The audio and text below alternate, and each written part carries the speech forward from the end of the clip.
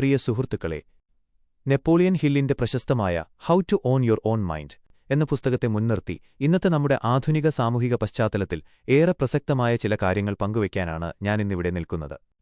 സ്വന്തം മനസ്സിനെ സ്വന്തമാക്കുക കേൾക്കുമ്പോൾ ലളിതമെന്ന് തോന്നുമെങ്കിലും ഇന്നത്തെ കാലഘട്ടത്തിൽ മനുഷ്യൻ നേരിടുന്ന ഏറ്റവും വലിയ വെല്ലുവിളിയാണിത്. നാം ജീവിക്കുന്നത് വിവരങ്ങളുടെ അതിപ്രസരമുള്ള ഇൻഫോർമേഷൻ ഓവർലോഡ് ഒരു 2026-ലാണ്. ആർട്ടിഫിഷ്യൽ ഇന്റലിജൻസും അൽഗോരിതങ്ങളും സോഷ്യൽ മീഡിയ റീലുകളും നമ്മുടെ ചിന്തകളെയും തീരുമാനങ്ങളെയും അദൃശ്യമായി നിയന്ത്രിച്ചുകൊണ്ടിരിക്കുന്ന ഒരു കാലം. ഈയൊരു സാഹചര്യത്തിലാണ് ഏതാണ്ട് പതിറ്റാണ്ടുകൾക്ക് മുൻപ് എഴുതപ്പെട്ട ഈ പുസ്തകം നമ്മുടെ കണ്ണു തുറപ്പിക്കുന്നത്.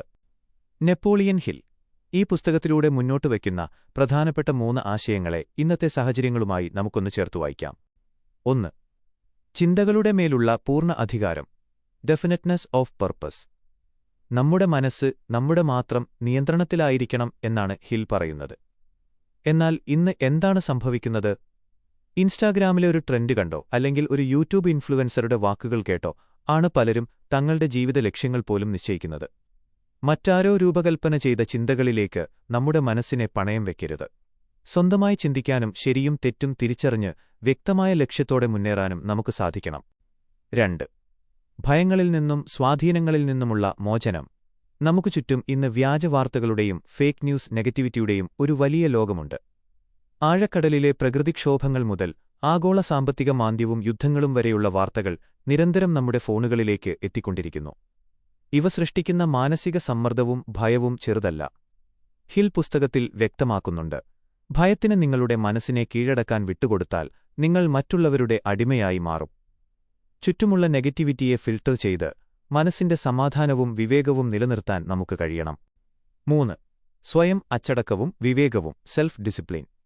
ഇന്നത്തെ തലമുറ നേരിടുന്ന ഏറ്റവും വലിയ പ്രതിസന്ധി ശ്രദ്ധ കേന്ദ്രീകരിക്കാൻ കഴിയാത്തതാണ് അറ്റൻഷൻ ഡെഫിസിറ്റ്. ഡിജിറ്റൽ ലോകം നമ്മുടെ ശ്രദ്ധയെ പല തരിപ്പുകളാക്കി മാറ്റുന്നു. ഇവിടെയാണ് സ്വയം അച്ചടക്കത്തിന്റെ പ്രസക്തി. നമ്മുടെ ഫോക്കസ് എവിടെയായിരിക്കണം എന്ന് തീരുമാനിക്കേണ്ടത് നമ്മൾ തന്നെയാണ്, അല്ലാതെ ഫോണിലെ നോട്ടിഫിക്കേഷനുകളല്ല. നിങ്ങളുടെ മനസ്സ് ഒരു വലിയ സാമ്രാജ്യമാണ്. അതിലെ രാജാവ് നിങ്ങളായിരിക്കണം.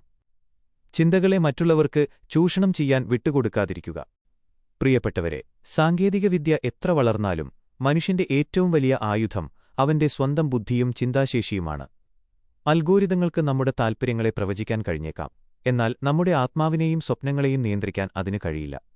ബാഹ്യമായ എല്ലാ കോലാഹലങ്ങൾക്കിടയിലും സ്വന്തം മനസ്സിന്റെ ശബ്ദം കേൾക്കാൻ ശ്രമിക്കുക.